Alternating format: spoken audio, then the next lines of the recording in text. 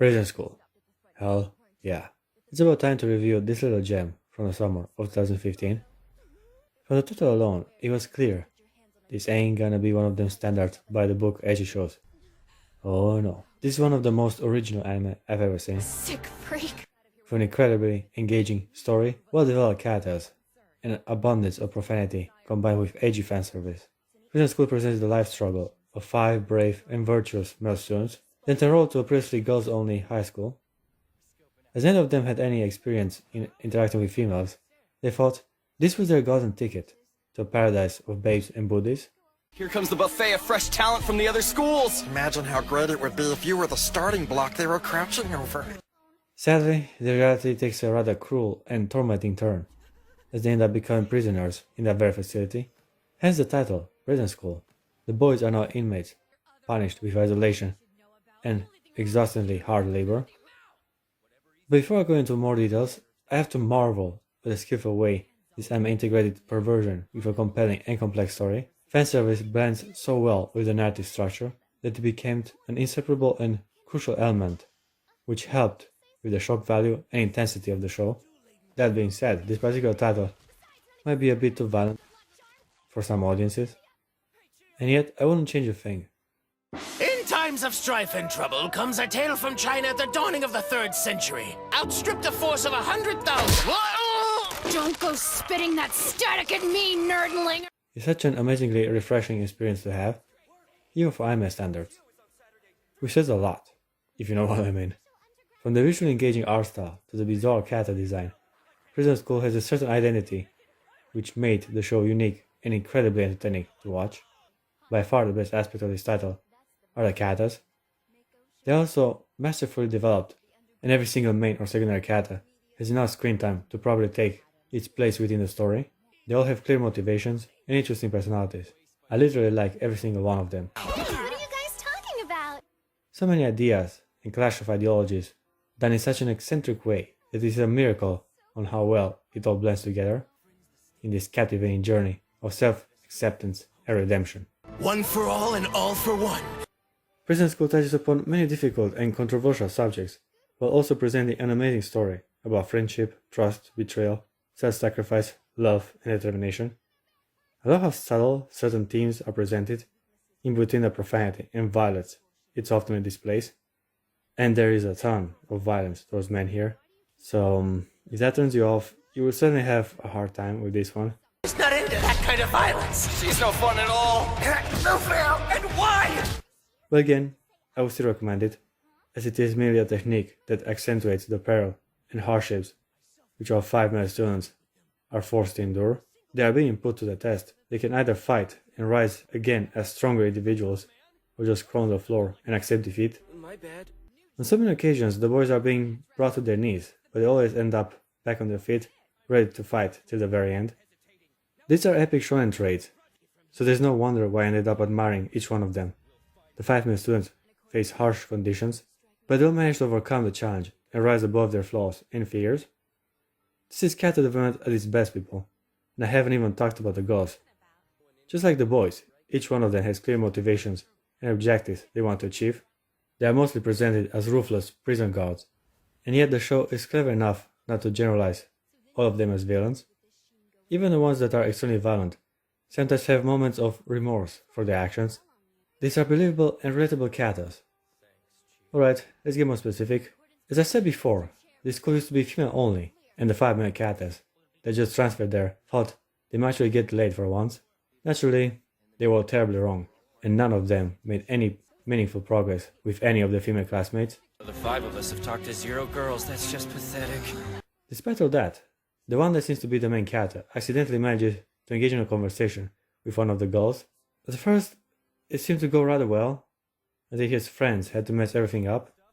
The boys could take it no more. On that very fateful night, they mastered a plan to spy on the female students while they bathe. Naturally, it all goes south and the culprits get caught. Facing serious charges, our band of troublemakers agree to comply to the unusual terms the underground student council had proposed for them. You see, keeping students trapped in a prison-like structure is rather unorthodox, and coming to think about it, even illegal. But they had to accept the punishment, as the alternative was expulsion. And so it begins. The days of constant verbal and physical abuse at the hands of a weird, white-haired dominatrix. When I put it like that, it kinda does not sound that bad, right?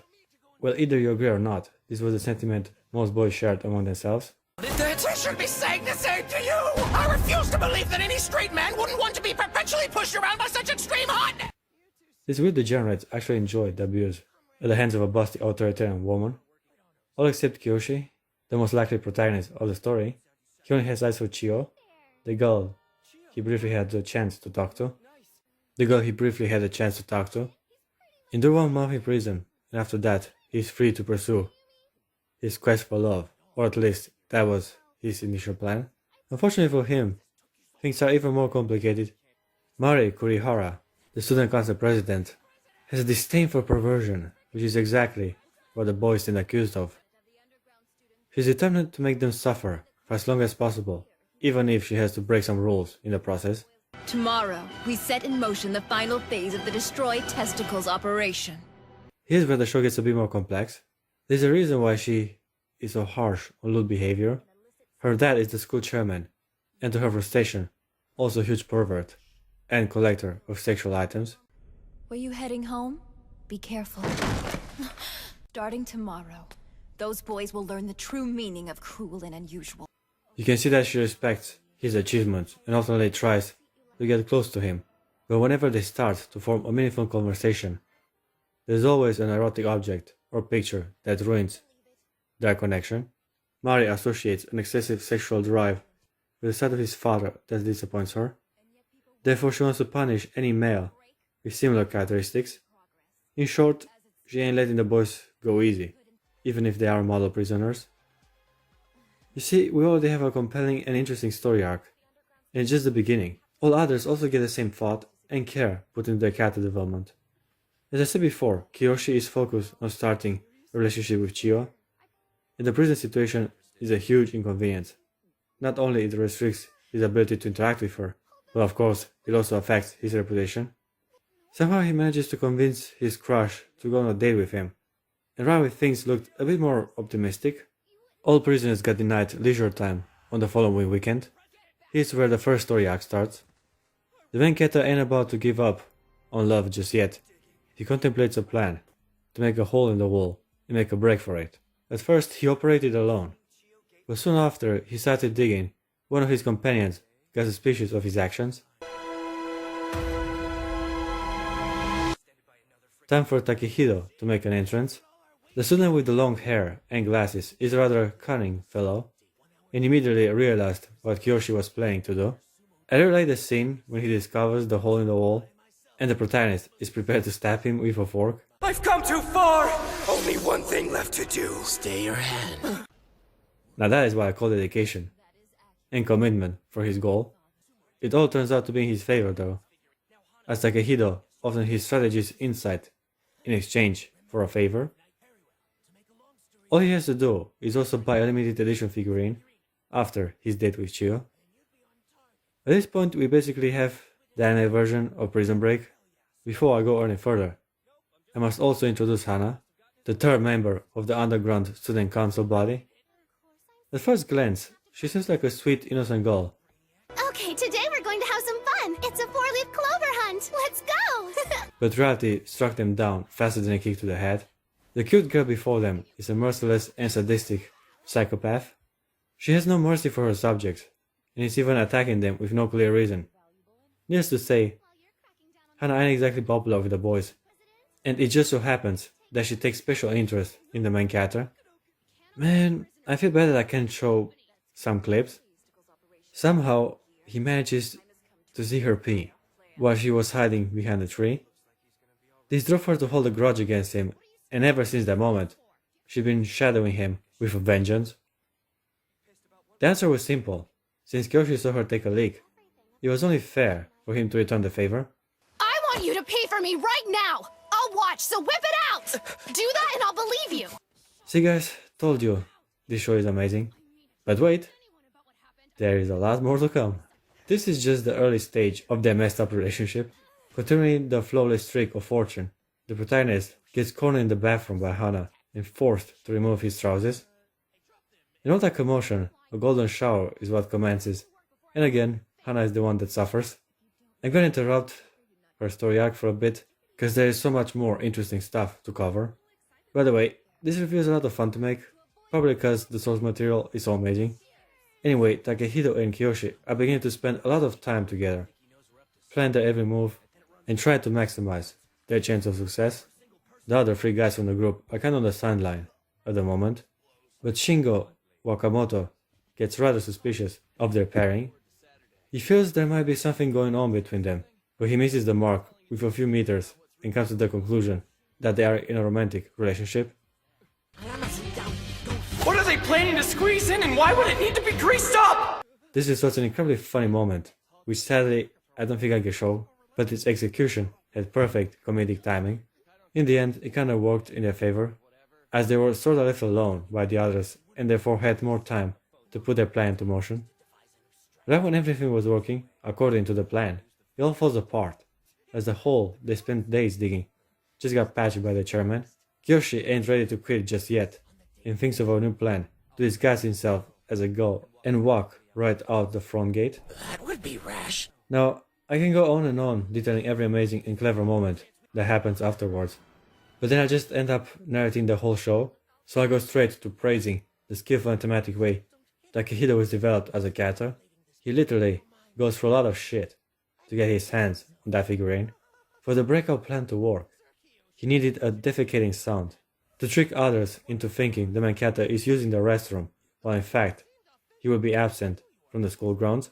Sounds crazy, I know, but the way he acquires that particular soundbite is even more insane than you can imagine. During computer class, he was unable to find the necessary file and resorted to making a specific noise himself. That's right, folks. He sticks a mic in his ass and literally shits his pants in class. Whoa. He's willing to sacrifice 3 years of his social life only to get his hands on that figurine. Sorting himself like that requires courage and dedication. I can respect his iron will to do whatever it takes to fulfill his purpose. This is still just the beginning of the journey. He gets his face pummeled to the ground, he loses his dignity, and even gets his head shaved in penitence. He endures so much psychological and physical torment just for that limited edition figurine. Now that I've clarified the importance and meaning of this particular item, I can probably explain what complete badass Takehito is. After Kiyoshi got caught sneaking outside the prison perimeter, as punishment, the sentence of every male student got extended by yet another excruciating month. This is the moment where both the main character and his master strategist show just how much they value their friendship. The protagonist takes all the blame and shoots Takehito from sharing the same fate of getting outcast by the other boys. At first, Takehito remains shamefully silent. It would have seemed as he has betrayed his best friend in his dire hour of need. I'm sorry! I'm so sorry, Sir Kiyoshi! Yours truly is nothing like the virtuous and stalwart Guan Yu! Not long after, he gets tested again, as the student council body had unexpectedly discovered his hidden figurine. If he admitted that the item did indeed belong to him, it would have been obvious that he aided Kiyoshi's breakout attempt and therefore add an extra month to their sentence. This was a test of solidarity and loyalty towards his companions. He sacrificed his social life for that very item, and now it stands to be destroyed if he would not confess to his crime. To shelter his friends from further torment, Takehito does the unthinkable. He smashes the figurine himself in the most dramatic scene I've seen in years.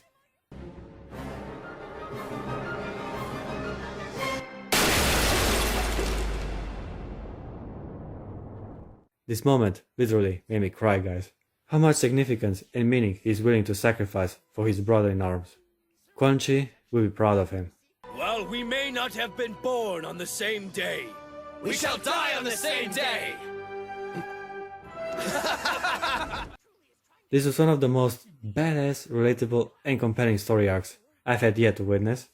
He truly honors us with his sacrifice. Let's get back to Hana, shall we? As I said before, she'll be back to cause additional trauma and shame to the main character, and that she does. Hana tries to pee on Kiyoshi in the nurse office, but they get interrupted and have to postpone their little activity for later. And when the time comes, it all gets even more insane. Embarrassed on how the protagonist always seems to get the better of her when it comes to sexuality, she decides it is only fair for her to also steal a first from him. After some physical violence, she goes right in for a kiss. Then I got you. I just stole your first kiss! You can never get a first kiss back no matter what, so suck on that! It does not take long for the main character to take control and use this opportunity to defeat her once and for all. This is the most epic smooch I've ever seen, like, ever. Can't show too much, I'm afraid, and don't want to spoil any further, so let you amaze yourself with this scene. There's so much more to react to and talk about, but then the review would be a pain to edit, and I would just end up narrating the whole show. Every character is amazing and has its role to play, but I'll mention only one more before getting this video to a close. The chairman is one of the greatest badasses ever put on screen. He owns every scene and has a deep voice that commands respect among all that find themselves in his presence. As mentioned before, he is Mari's father and a huge pervert, with a rich porn collection and a butt fetish. The booty's the man's, you speak for them. Obey. He's such an epic character, it's hard to do him justice. In just a few sentences, he's ruthless and always in control of the conversation. One of the greatest teachers in anime history. Alright guys, I give Prison School a 9 out of 10. My highest rating yet. It is incredible. Or dare I say it, even ingenious. How well they show integrated fanservice with an engaging story and complex, colorful characters. Well, brothers, We are free.